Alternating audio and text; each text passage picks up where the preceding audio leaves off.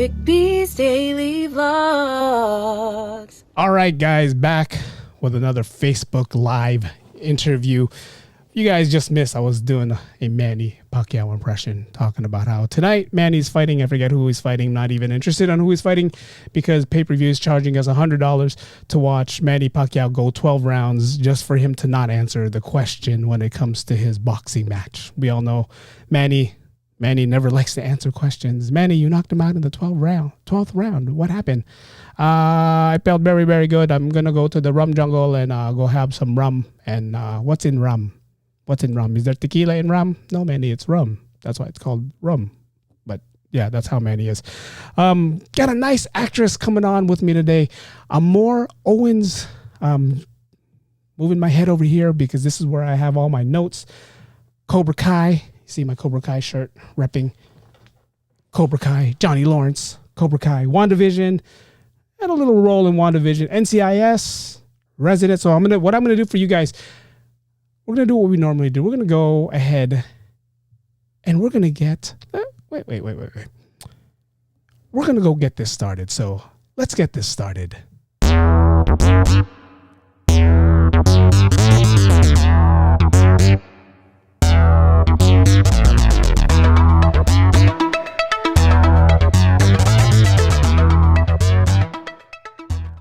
Welcome, everyone. It's the Daily Podcast and the Daily Vlogs with me, Eric B.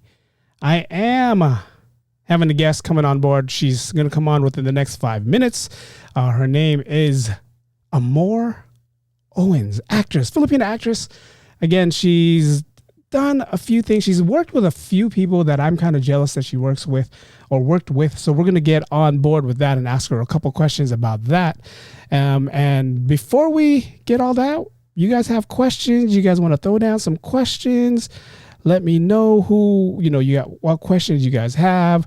We're going to ask all these questions. We're going to do all these things and we're going to, keep it nice, keep it fun. We're going to keep it rated PG. There's a lot of questions I want to ask her, definitely, especially when it comes to the MCU and what she does with the MCU and her, future career, how she handled COVID. There's pretty much the same questions that I'm asking a lot of our actresses and actors that's come on. But before we do that, I want to do something that I've never done before. I'm going to share clips, 3-minute video clips of what Amor and what she's done and what she's been on. This is straight from IMDb, so I'm not stealing anything. So the first thing I'm going to do is I'm going to share my screen with you guys. I'm going to share this and that. I'm getting a call from her right now. All right, so I'm sharing the screen. So right now you guys should be seeing the screen and I'm going to hit play right here and you guys should understand what's going on. Is that you? Michelle. Mom, I don't know a Matthew Turner. Then how is it on his phone? Never sent him a video. Video? What video? Oh my God. Mom, that's not me. That's shameful. I swear I can prove it. Maruming babae. Go to your room now. Any more questions? Oh, no, ma'am. You can show yourselves out. You're pushing too hard, Agent Lund. I'm just trying to do my job. And I'm trying to do mine, which is increasingly difficult. It will change thousands of lives for the better. Excuse me. We kept Agent Lund's performance from our government in the interest of maintaining relations between our two countries. She's a really good But actress. we're losing patience. Okay, all right. Just hold on a minute. Now, if you'll excuse me, I must get Anada to Hyderwall. Special Agent Pride is escorting the minister. You're staying with us. Staying with us. One call to the Ministry of Foreign Affairs, and I'll have your badges. We're placing you under arrest. I think you've forgotten. I have diplomatic immunity. Your government has had that revoked. So sit down. Sit down.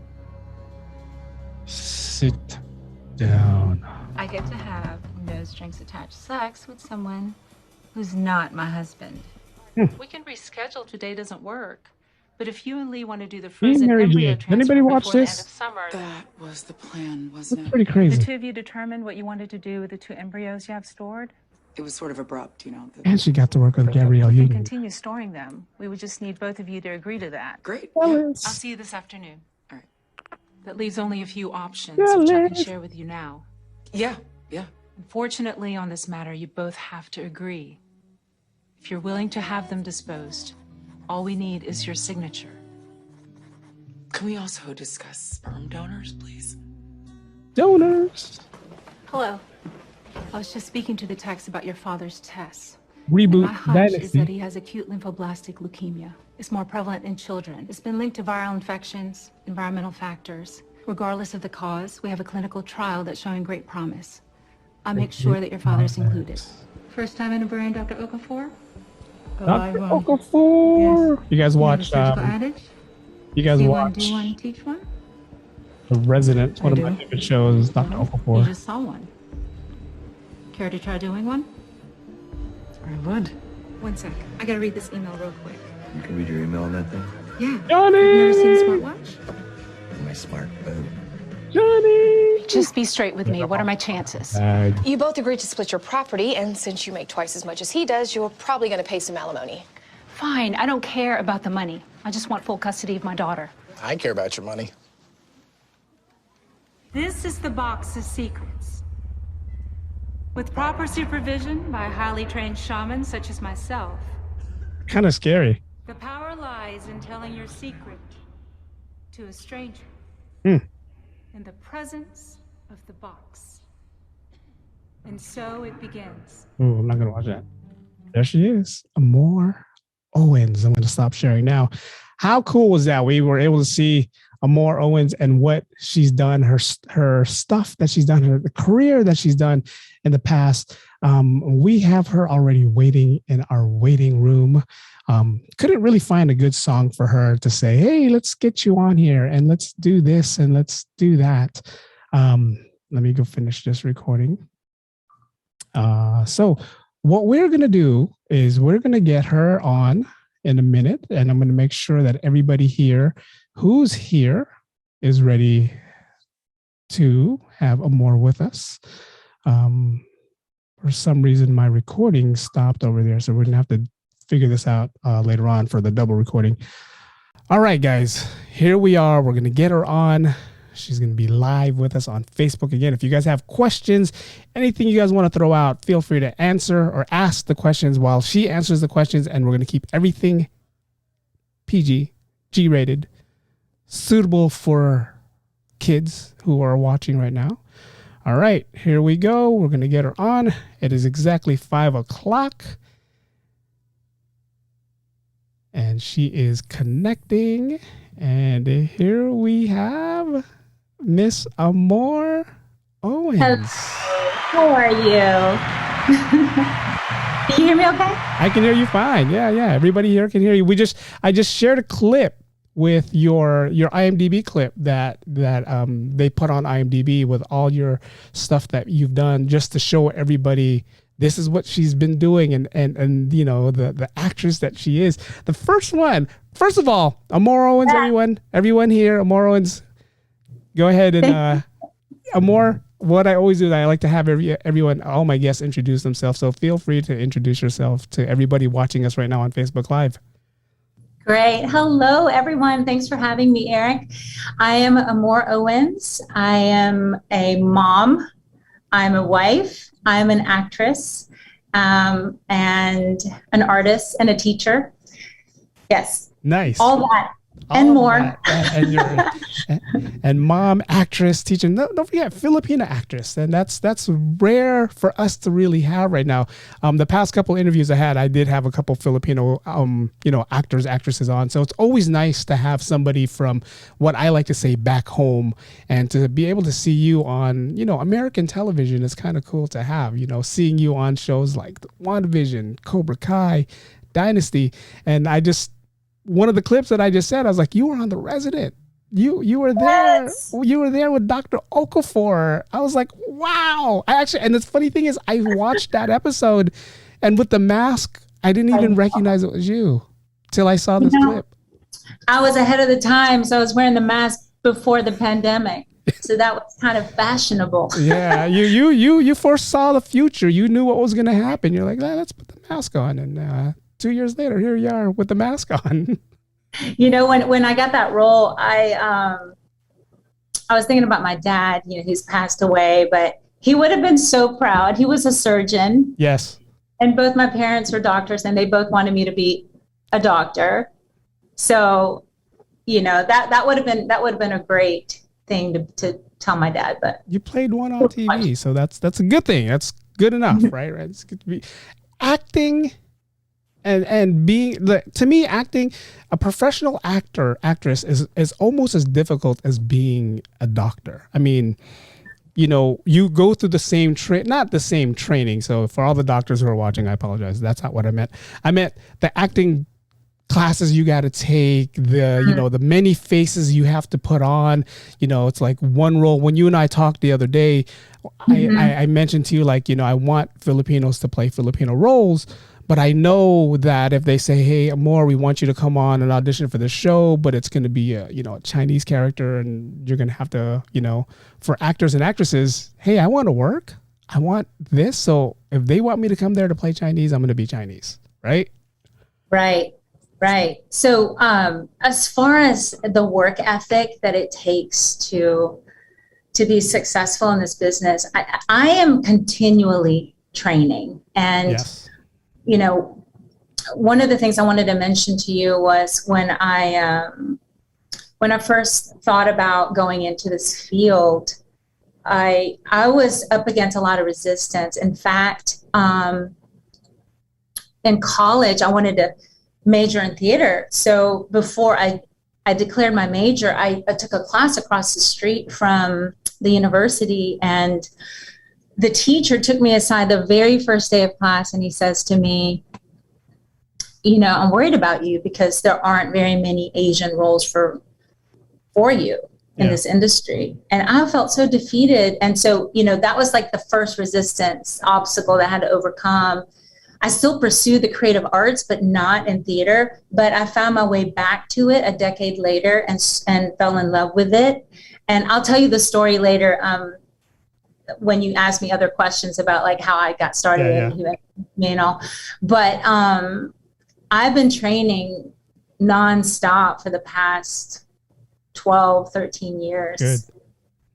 Good. Mm-hmm. Keep it fresh. It's like, you see a lot of actors and actresses who we've known them from 10 years ago, then all of a sudden they, disappear, and then they come back later on. It's like, oh, where have you been? But to keep things going, to keep with the times, you went from, Cobra Kai. That's one thing I want to talk about also is like you went from me growing up in the 80s watching Cobra Kai, Karate Kid, and then them doing a reboot of Cobra Kai, then you being part of it. It's like, you're bringing out us, the older kids who loved it in the 80s, and now the younger kids who are watching this series now. It's like, wow, you're definitely planting seeds for other actresses and actors to be like, hey, you don't have to hide under a shell. We can always just pop right back up and, be there.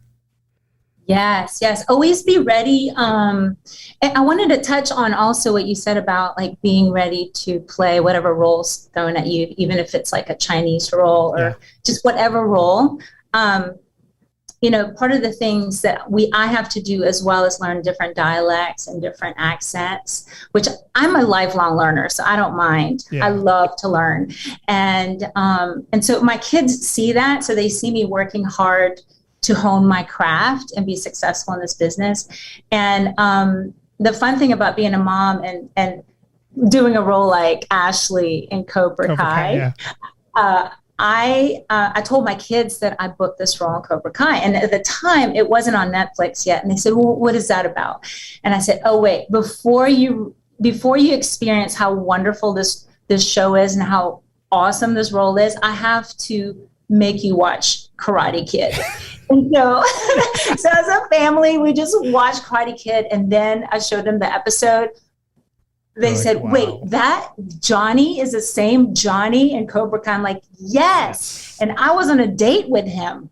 Yes. You're like, that is so cool, Mom. I went out with Johnny. Wow.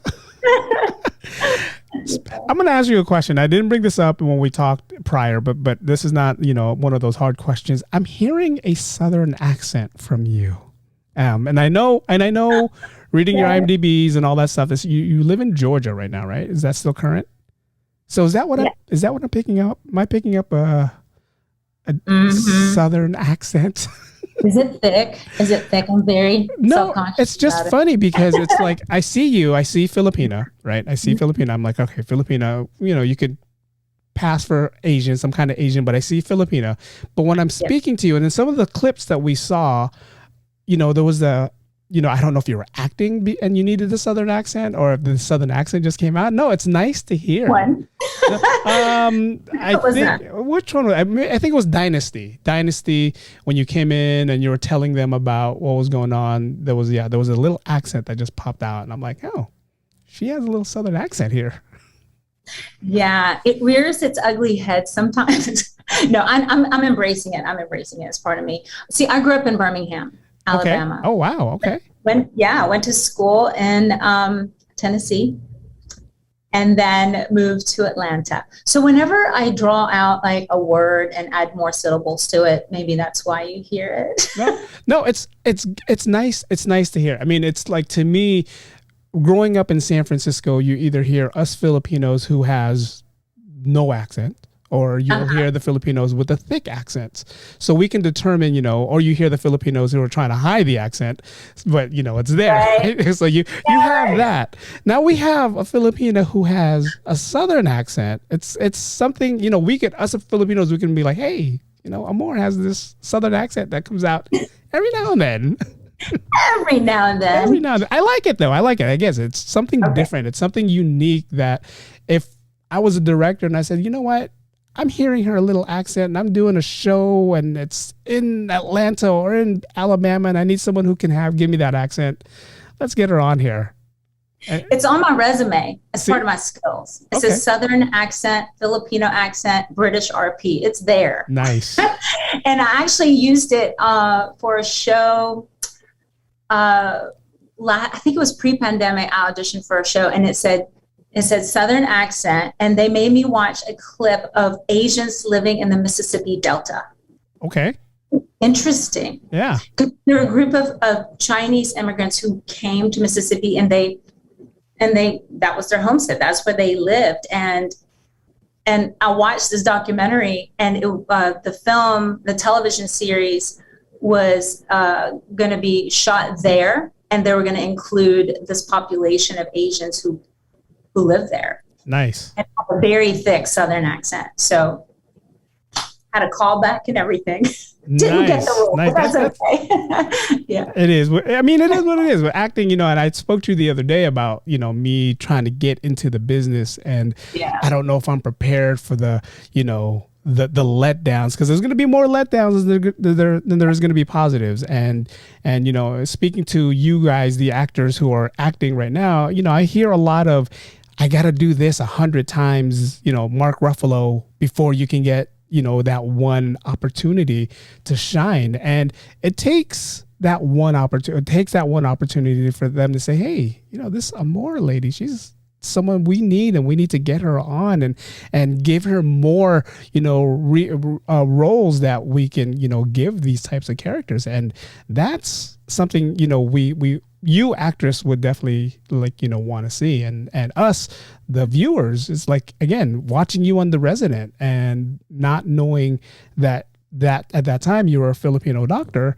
I don't know if you were playing a Filipino doctor in The Resident, but to see you there in a place where a lot of Filipinos can only dream to be in, one, you're playing a doctor, you're playing a surgeon, and then two, you're playing an actress at the same time. So it's like, wow, Yeah.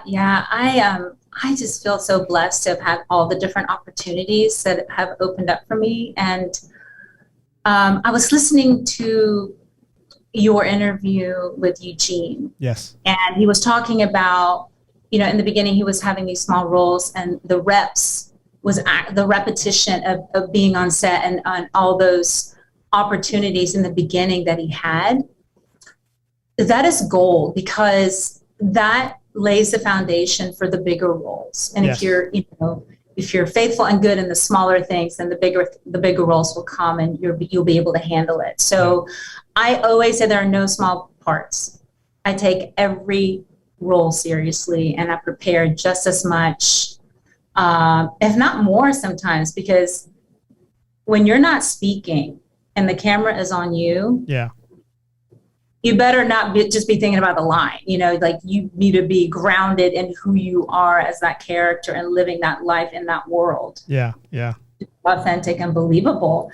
And that is hard to do.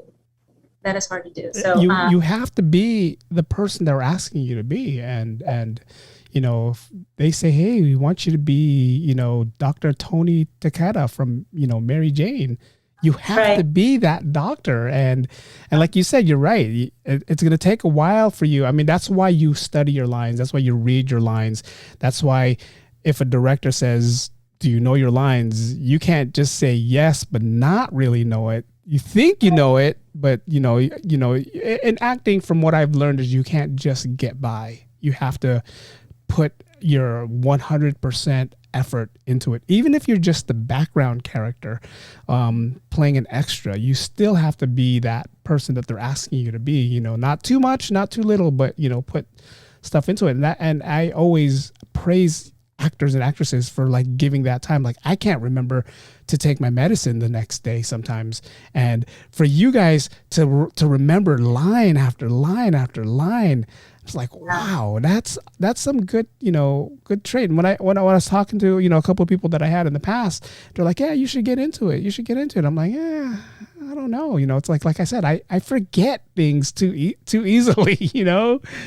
It's never too late. You should try. Yeah. I wanted to share a really interesting story about Dr. Takeda's role opposite Gabrielle Union. I'll never forget that. That time on set with her. The very first time I met her, it was a recurring role. Yes. So the first day was, you know, me on the phone. I had not met her yet. I was on the phone, and when they were doing my shot, she was not in the room, but I was talking on the phone with her. And someone else was feeding me the lines. But the second scene was me and Gabrielle, right? My very first time to meet her. She comes into the room. As you can imagine, my nerves. Of course. I was like, my heart was pumping, right? Here's this stunning, beautiful human being, talented actress sitting right in front of me.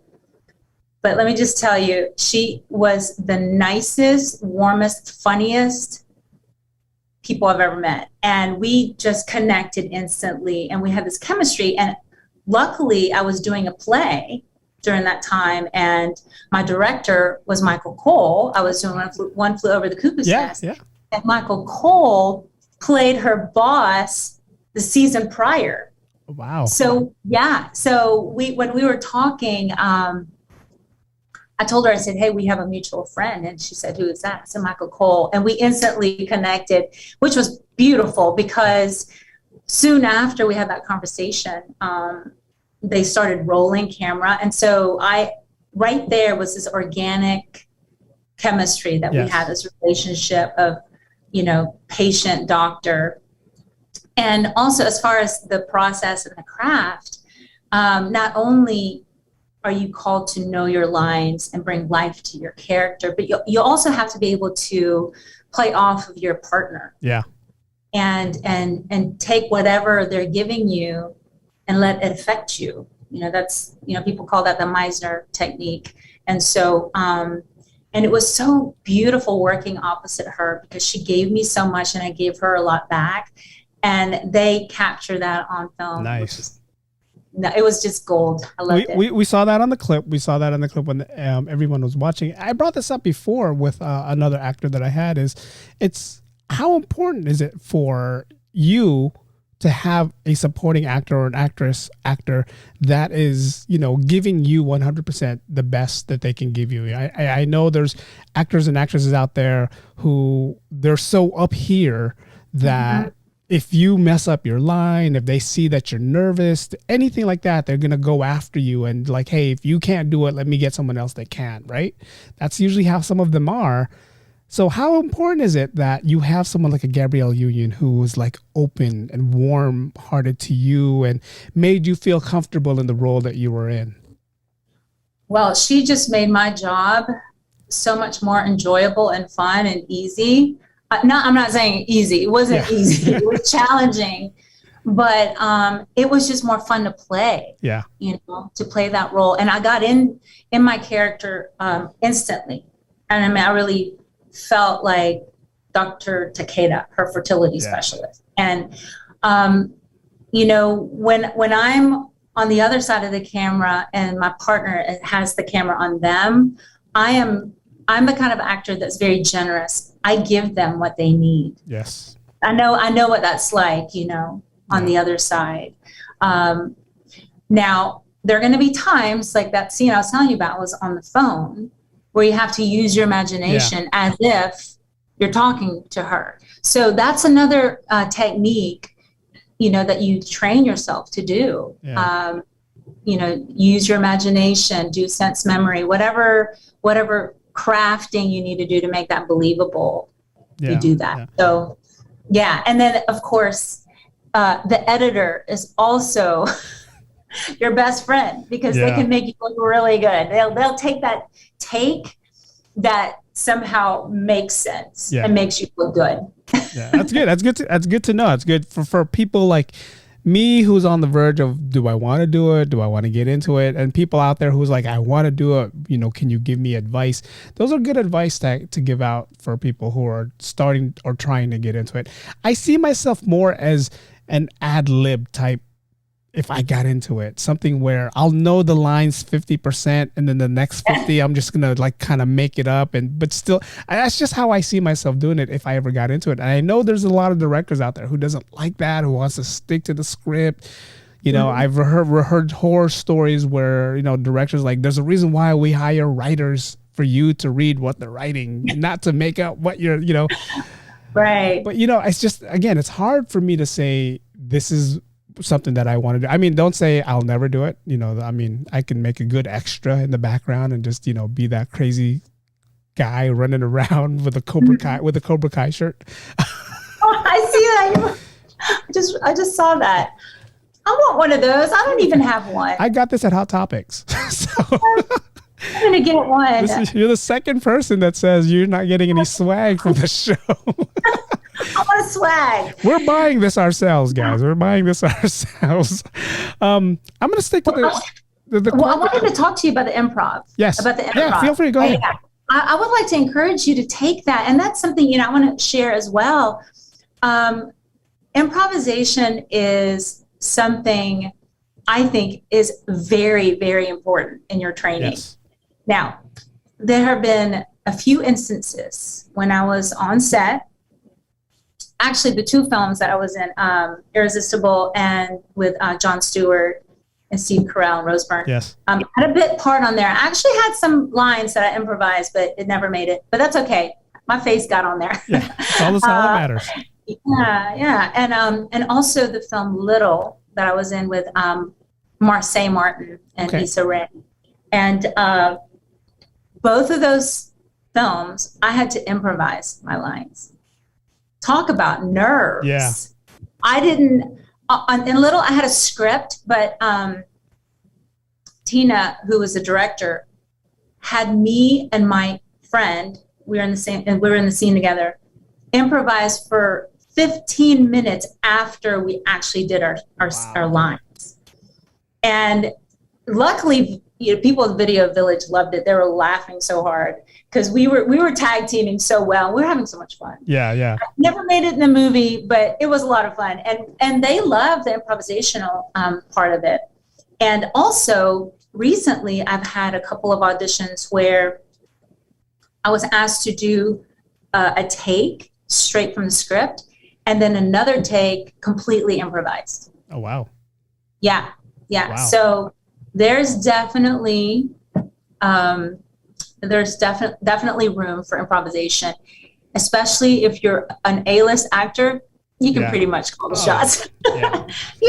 Yeah, I've seen some of the A-list actors who's already there. I mean, but it's again, it's the talents that you actresses have is just to memorize, and then maybe that 1% where you forget a line that you can improvise and give a line that's still not, that's still part of the movie, and the director will be like, all right, you can do it this one time. But again, with me, good luck.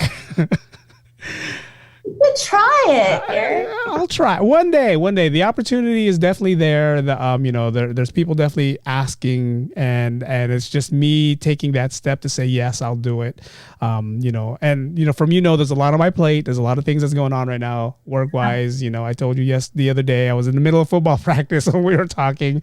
So dedicated. That's great. So 9 to 5 football. Then I have to find time to do this. So if I can do that somewhere down the books, then I will definitely do it. But for now, I'm enjoying just coming here and asking you guys the questions and feeding off you guys, so that way when I do an audition, we're like, Amor told me to do this is probably what I'm gonna do, so I'm gonna do that. So call me anytime. I'll give you advice. Don't say that, because I will. All right, questions. How important is it to, in the one show that you did, NCIS, you played a Filipina, FBI Most Wanted. Oh yeah. You played a Filipina lady, and we watched a clip where, you say the phrase. How important is it to you to have Filipinos represented in TV or movies? How important is it to me? To you, yes. I think it's very important Yes. for representation to happen. Especially now. Now it's a hot time now. Yes. It's now's the time for us to rally and really bring our best forward and tell those stories that need to be told.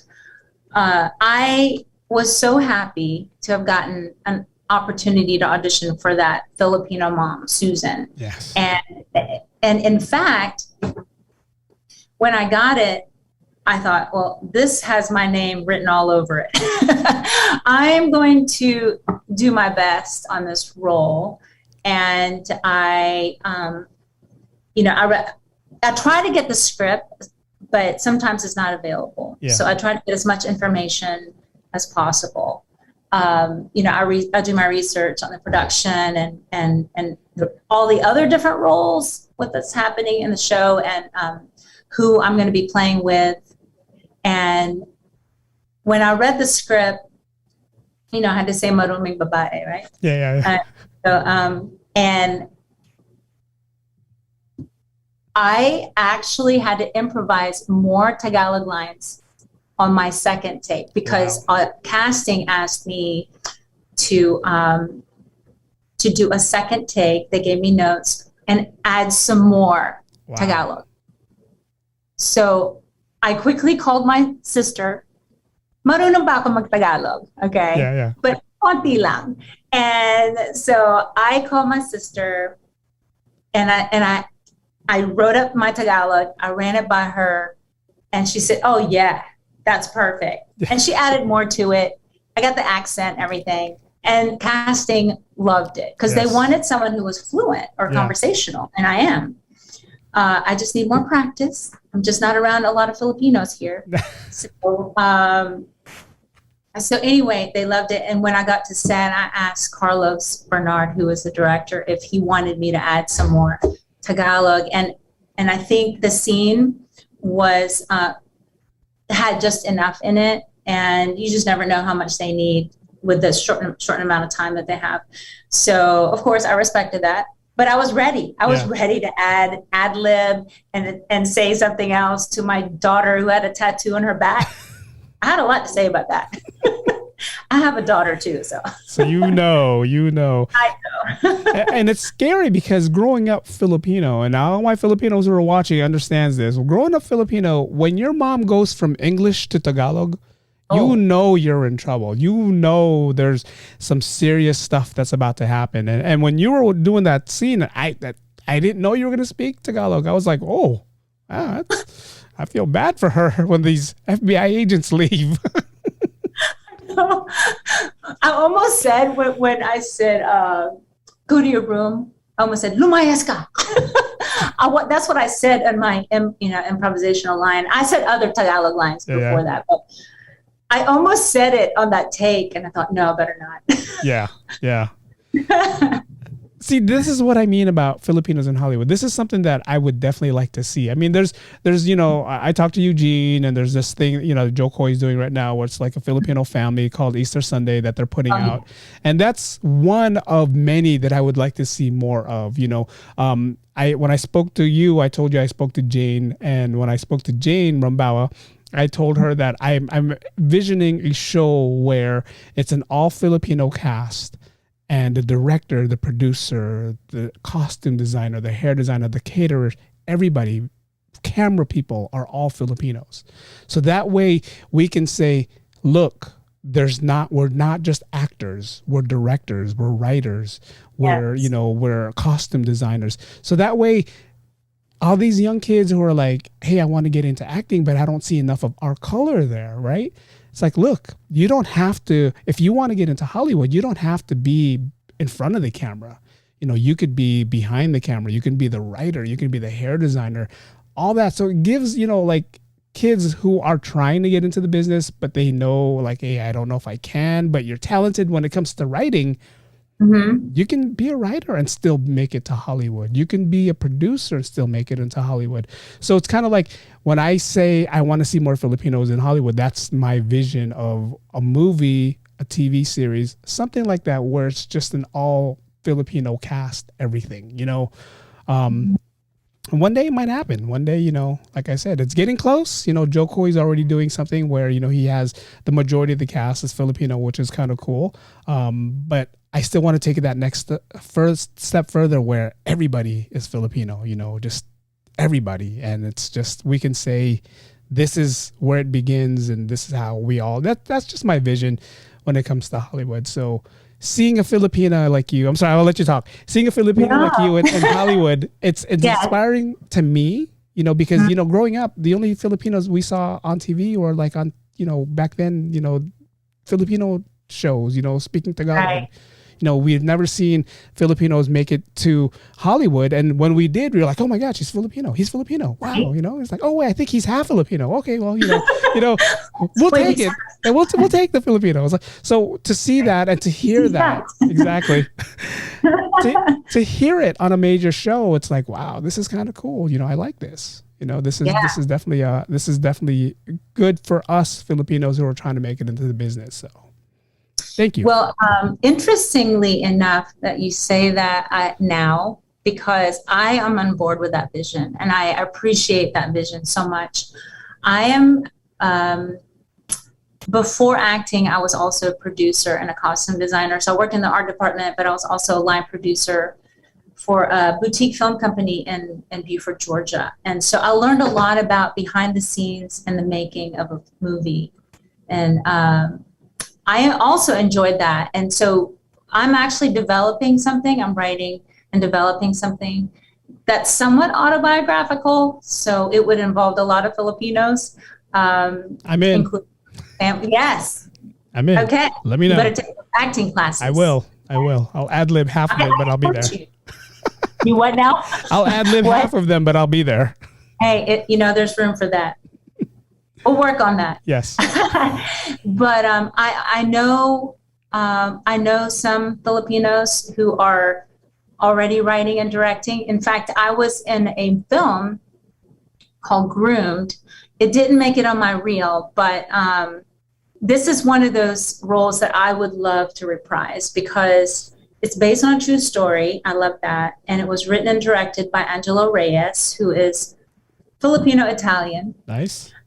Yes. And I played a mom, Maria's mom, and my daughter, Danielle Lynn, is Filipina. Nice. Yes. And so I already have my 3 people that I want as part of my film or part of my television series. And I actually also worked with other Asian actors, one Filipino. I think he's half Filipino and French. Okay. And I worked with him on NCIS New Orleans. And also, there's so many talented Filipino actors, even in Atlanta, who I've met. So editors, I know, producers, and I'm sure in California. Oh, yeah. I'm sure you know a lot of people, right? In San Francisco. Yeah, there's a lot, but it's kind of one of those things where, you want to keep your ideas to yourself for now. It's like I have ideas, but I'm afraid to share an idea. Then, 3 months later, I'm like, that's my idea, So it's kind of like there's certain people that I'm telling my ideas to, and it's people that it's my little circle that I have to trust, that I'm like, if I see this on TV, I know who I told, kind of thing. So there's, there is a lot of talented people here, and there's a lot of talented people I've met who, they have the same vision that I have when it comes to this is what we want to do, but it's just getting that first step that, like a lot of us are 9-to-5ers and, we're 9-to-5 workers. We want to, we got to make sure our family's fed and rent's paid. So it's kind of hard to be like, hey, let's stop this for the next couple months and let's focus on what we want to focus on.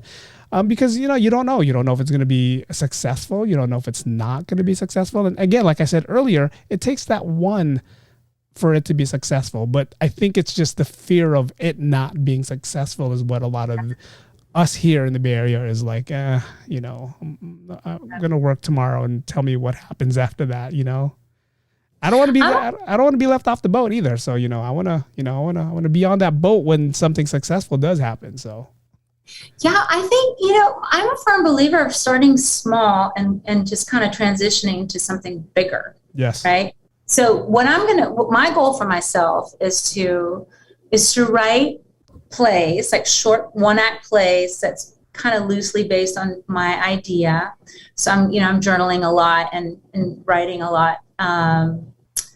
And so creating these short plays and then creating short films and doing a series of that until I learn the craft of filmmaking, which I know a little bit about. I'm not a master at it because my thing is acting in front of the camera, but I do know enough, and I know enough people who can work as crew for me once I do develop something and learn along the way. And I've known some phenomenal directors who have become award-winning directors of independent films locally, who showed me like their very first film. They were embarrassed. They were embarrassed. Of course. And I look at my friend, I think, from what you have produced now to back then, leaps and bounds. Yeah. But he had to start somewhere. Yeah. So don't let that fear get in the way. I'm preaching to myself right now, actually. And we're listening. We're listening. I like that. Yes. I like that. I mean, I took out a pen and wrote half the stuff you just said down because, I want to be able to say like, okay, this is what she said. This is what you said, Amor. This is what you told us to do. No, but it is. It's the fear that a lot of us have. And like you said, I go back to this podcast that I did or I'm doing, and I go back to the very, very first one that I've done. And I was like, wow, this could have been a lot better. This could have been, better. This could have been, the audio could have been a lot better. So there's a lot of that. Practice makes perfect. That's one of like the best sayings around. And I'm assuming in acting, it's the same thing. You watch your first audition, you're like, oh man, that's terrible. Then you go back to now, you're like, okay, this is what I could have done better. And even with this show, this podcast, I'm going to go back and listen to it tomorrow and be like, oh man, I should ask this question. Oh, why did I keep talking when she had something to say? There's always that one thing that you want to fix. So I guess, if it's right or true for some of us who wants to get into acting, that's the next step is we're just going to have to just keep practicing and then, remember lines. Yeah, you said something very important. And that is, once you've done something, evaluate it and see what you liked about it and what you need to improve on. When I was producing for White Stone Motion Pictures, for instance, we would do this film, and then after it's done, post-production, we would all have a meeting and we talk about what went well and what didn't go well and what we would do better next time. And every single time we did a film, we did that. And every film that we did got better and better. Nice. So I think what you're doing with your podcast, for instance, is exactly what I do as an actress. I look at, those auditions and I look at what I did on set. And I keep a journal Yeah. and I write down, you know, like from the audition process to me booking it to me working on set. And I write down, you know, just my whole experience and what I could do better and then improve on that and just be better next time. It's all about self-improvement. But I also make sure I have fun along the way. Yeah. You can't take it too seriously where you're just, you know, can't be a robot. Yeah, you can't be a robot. I mean, we have enough of those. That's CGI. We can do that CGI thing. Amor, what got you into acting? Oh, what got me into acting? So I don't know if I've mentioned this to you before, but my mother was an actress and I grew up watching her perform on stage.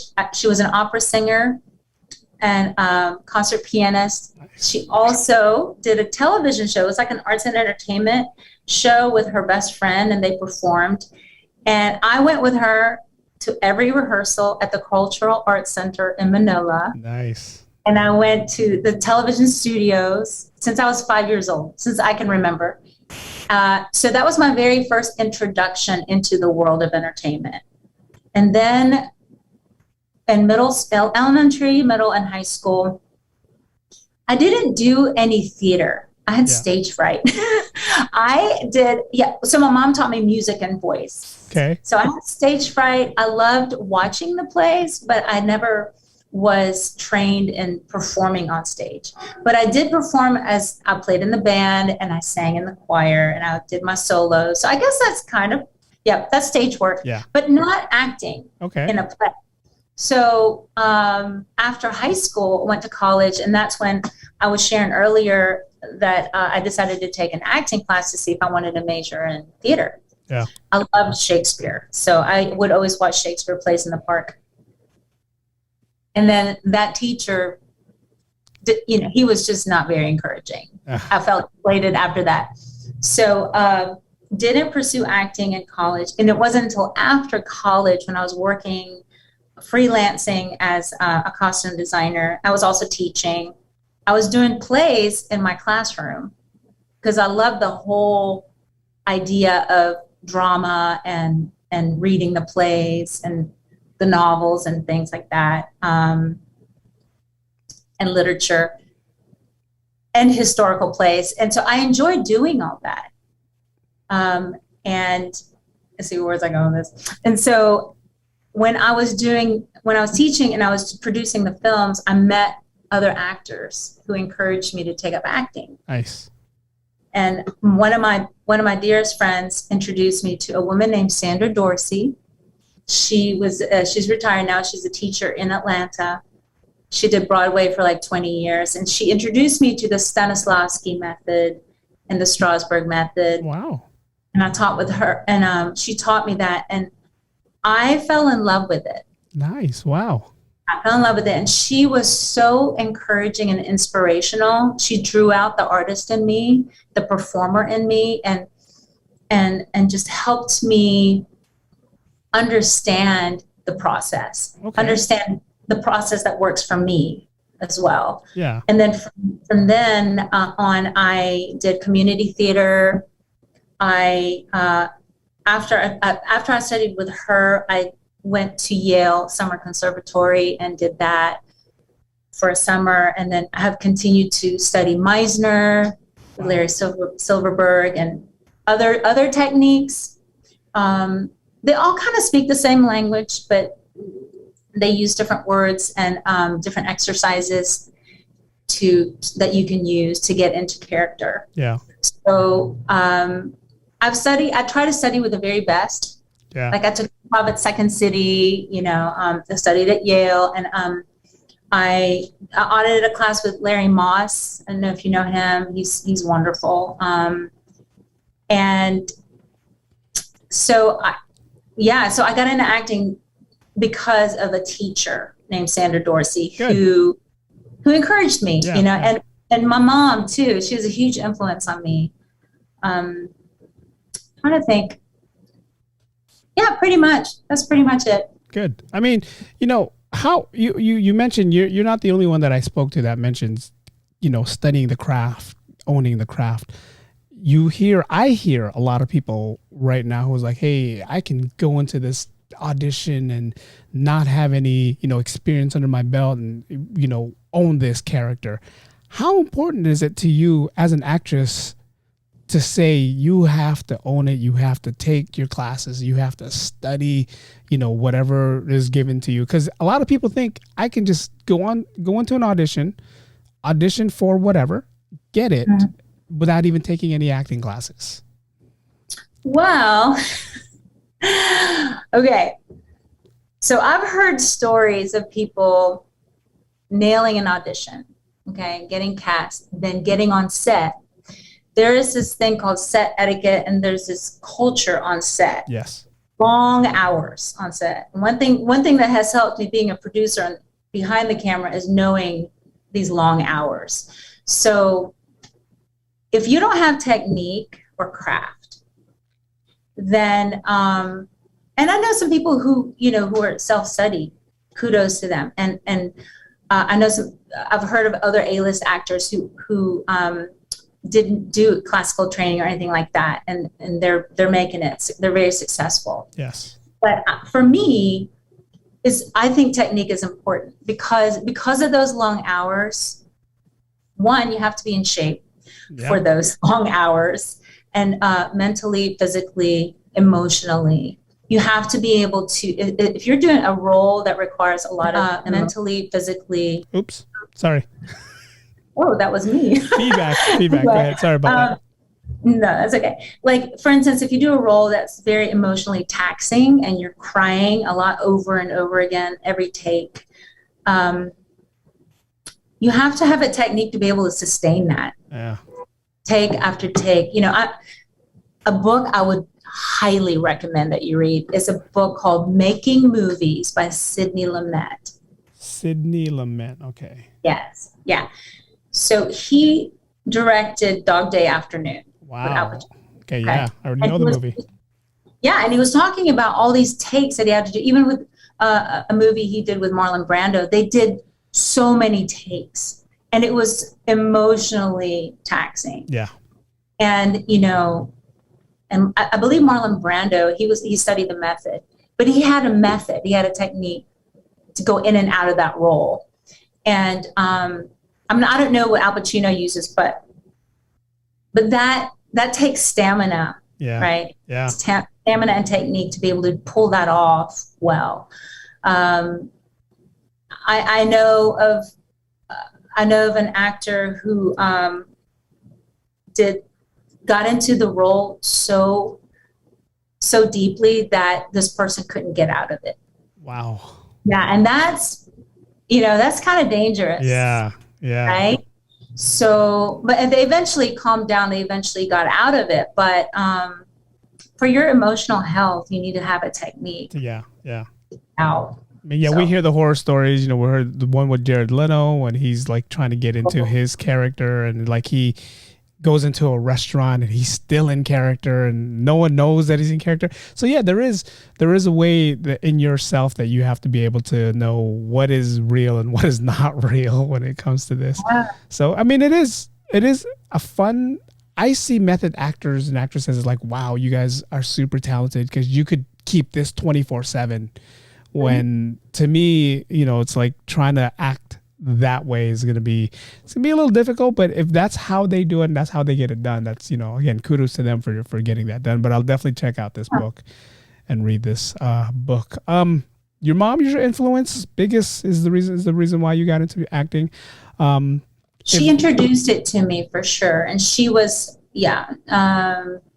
but Sandra Dorsey, I would say my mom and Sandra Dorsey kind of got the ball rolling. Got it rolling. Good. Yeah.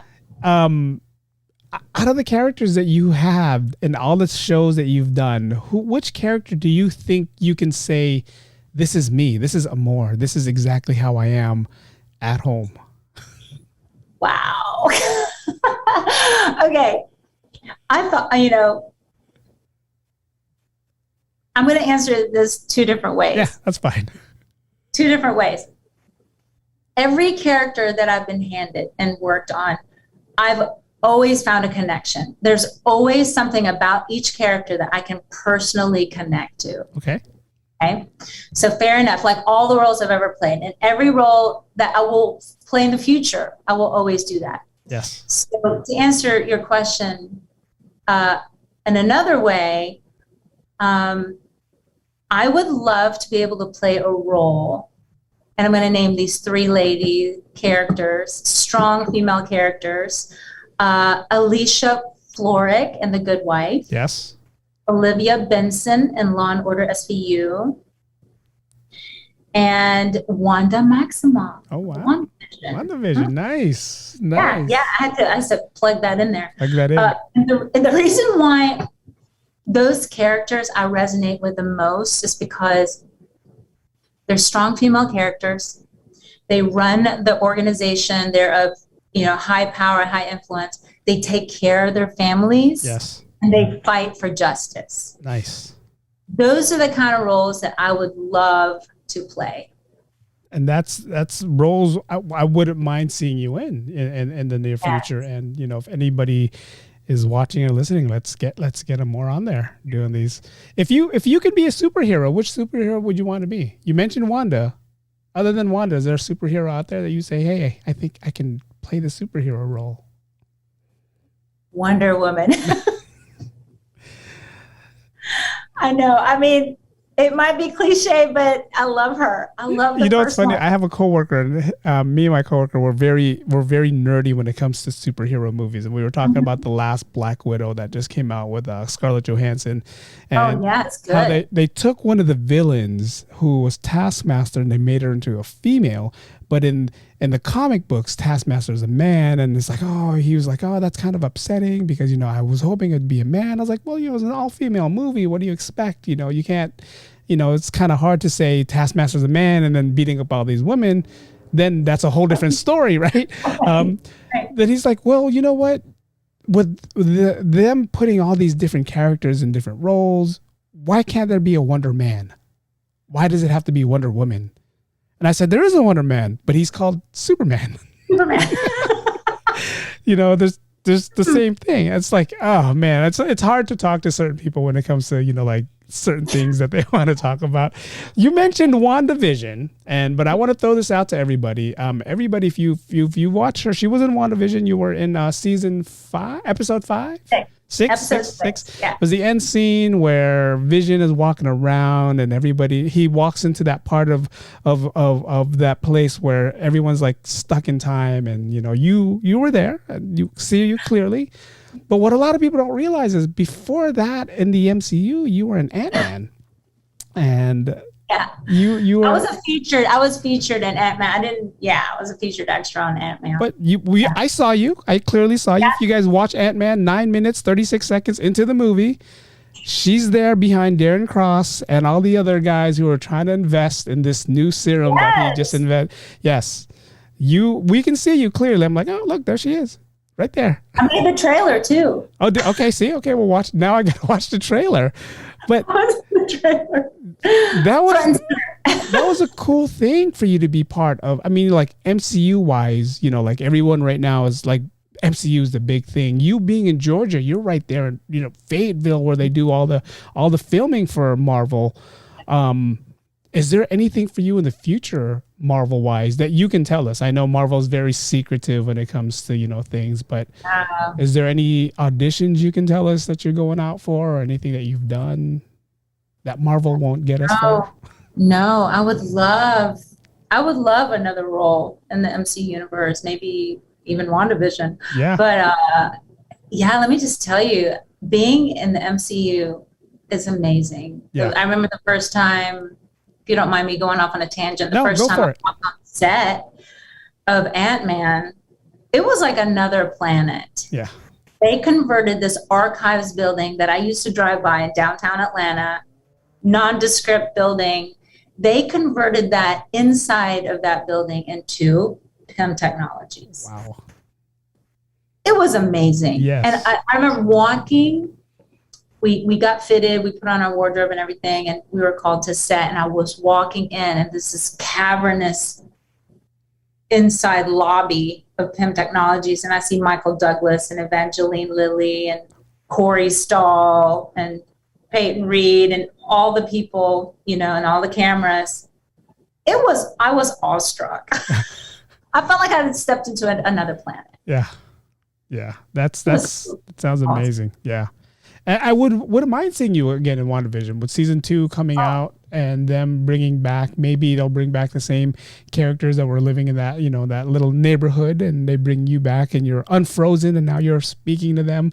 That'd be a cool thing. And, again, MCU characters, we always want to see them come back, whether you're, the next door neighbor or, we know the WandaVision, Wanda's going to come back. We know Vision's going to come back, but we want to see the ones who help support the cast in these roles. It's like without you supporting cast members, there wouldn't be a big show for them to do. So it's like, right. When I reached out to you, I was like, okay, let me reach out to Amor. I think I reached out to you a few times, and it's like I finally was like able to get the right email address. I'm like, I think this is it.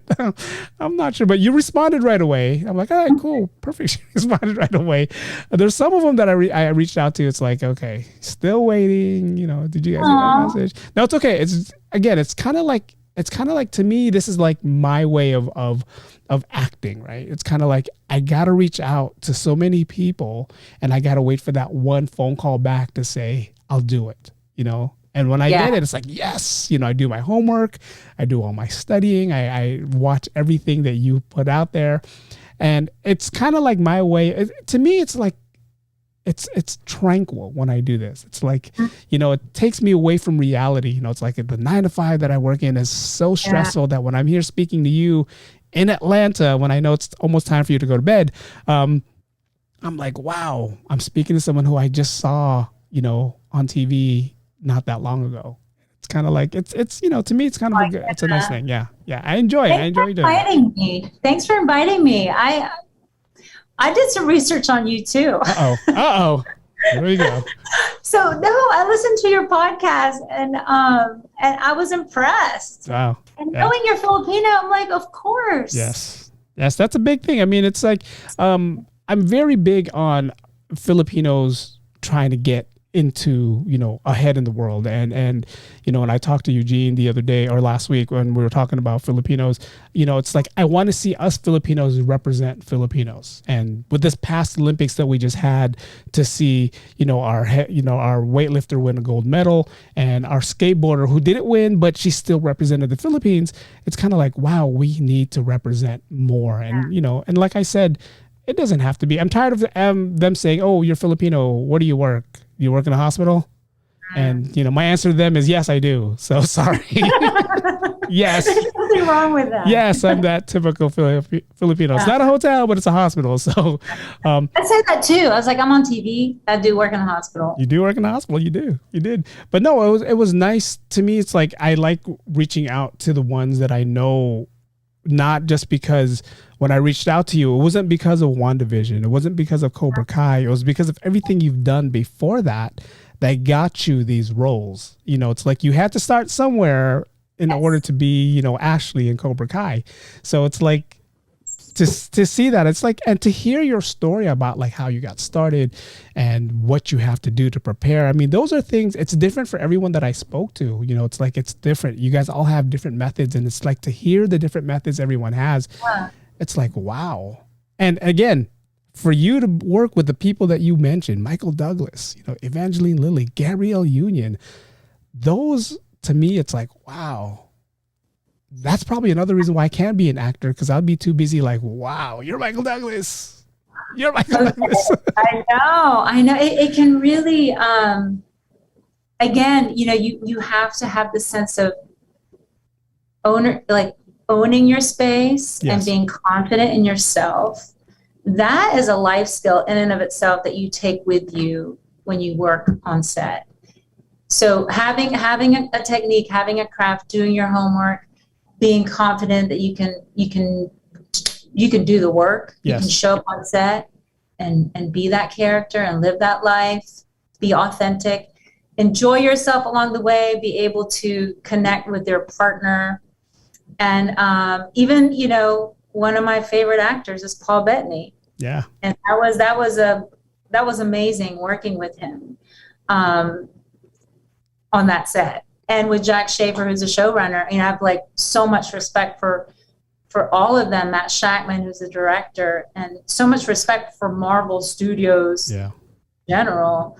You know, sometimes that can get to you, but you just have to be like, yeah, I'm owning my space. I can do this work.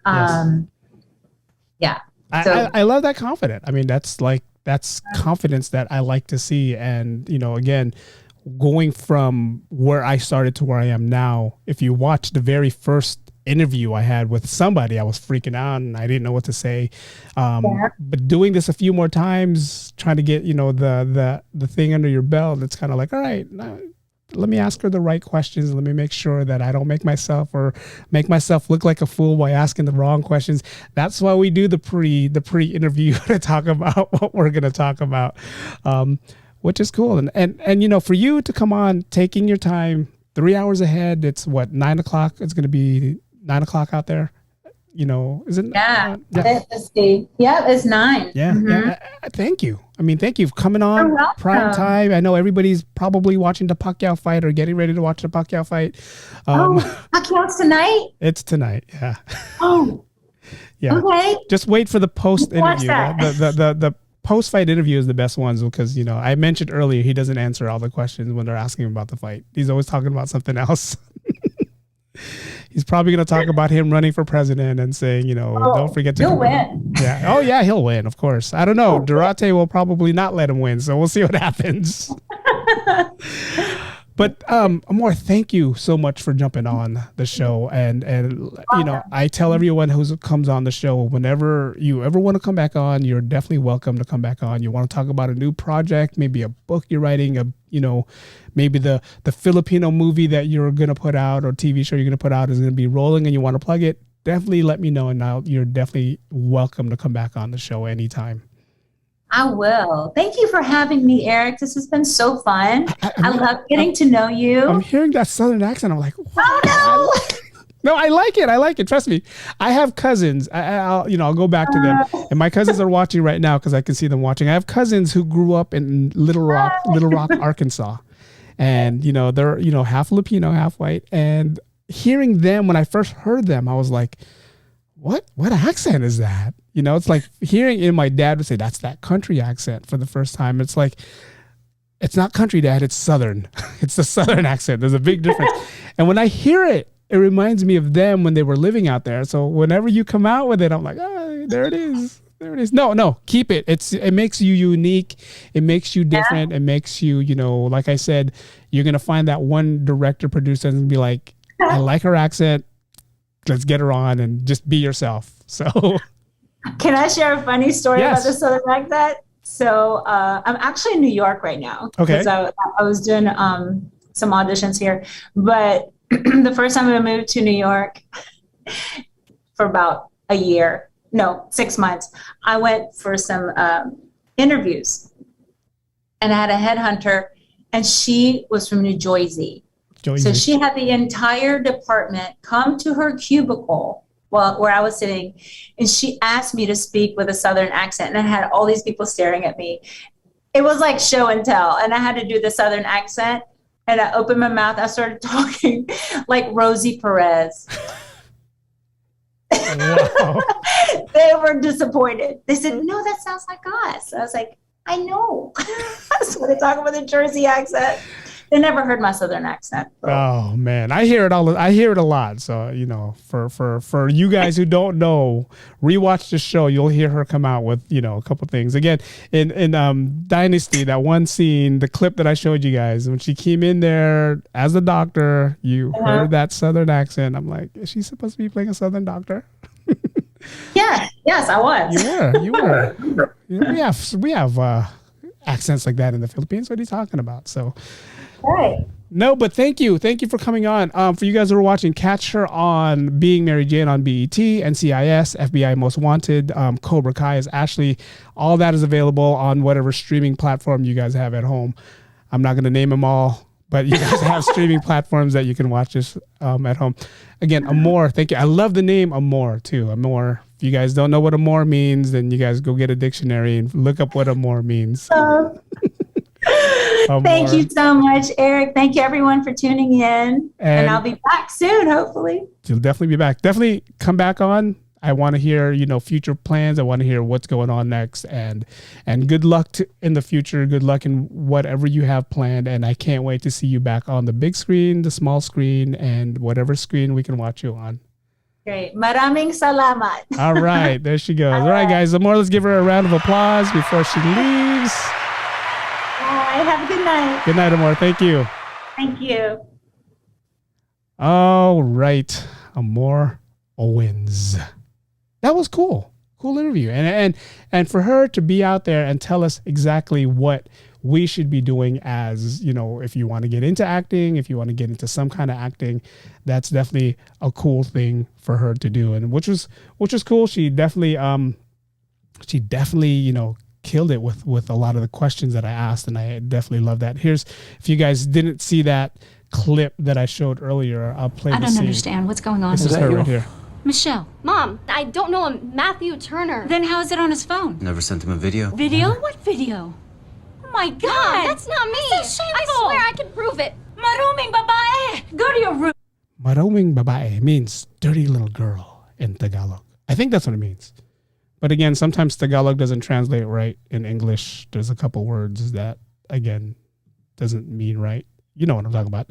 Anyways, I want to thank everyone for watching. Thank you guys for coming on the Daily Podcast with me, Eric B. This will be uploaded on YouTube and my podcast channel for you guys who don't want to watch it and just would rather listen. You can catch me on Anchor FM/Eric B.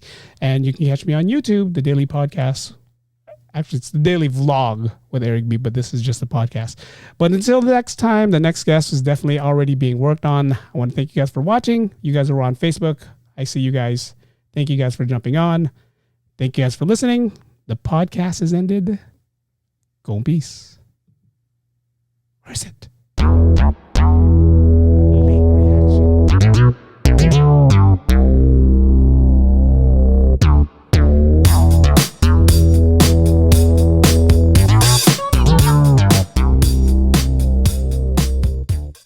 I just love hearing her, that Tagalog, where she goes, I swear I can prove it. Prove it. Maruming babae. Go to your room. Now. Dirty little girl. Here's that scene I told you guys. I was telling her about. Let me find it where you can hear that Filipino accent come out of her when she was talking here. This scene in Dynasty. Here she comes right here. Speaking to the text about your father's tests, and my hunch is that he has acute lymphoblastic leukemia. It's more prevalent in children. It's been linked to viral infections. Very Southern accent, which is cool. Again, thank you, Amor, for jumping on. Thank you guys for watching. I am now going to disconnect the Facebook Live. See you guys soon. Recording stopped.